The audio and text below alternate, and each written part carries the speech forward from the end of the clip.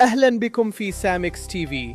نتابع اليوم زيارة الرئيس تبون لتركيا ومؤشرات اقتصادية تضع الجزائر في الصدارة. توجه الرئيس تبون اليوم إلى تركيا في زيارة لتعزيز التعاون الاقتصادي ورفع التبادل التجاري ل10 مليارات دولار. توقع صندوق النقد الدولي وصول الناتج المحلي للجزائر ل317 مليار دولار بنهاية 2026. أعلنت وزارة التربية عن جاهزية امتحانات البكالوريا مع فتح 61 ألف منصب مالي لتوظيف الأساتذة. توج السباح جواد صيود بذهبية وهران بينما يتحضر اتحاد الجزائر لنهائي الكونفدرالية الإفريقية. تحذر الأرصاد من أمطار رعدية غزيرة تشمل 20 ولاية.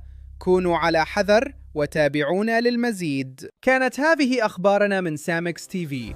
شكرا للمتابعة وإلى اللقاء في مواعيد لاحقة.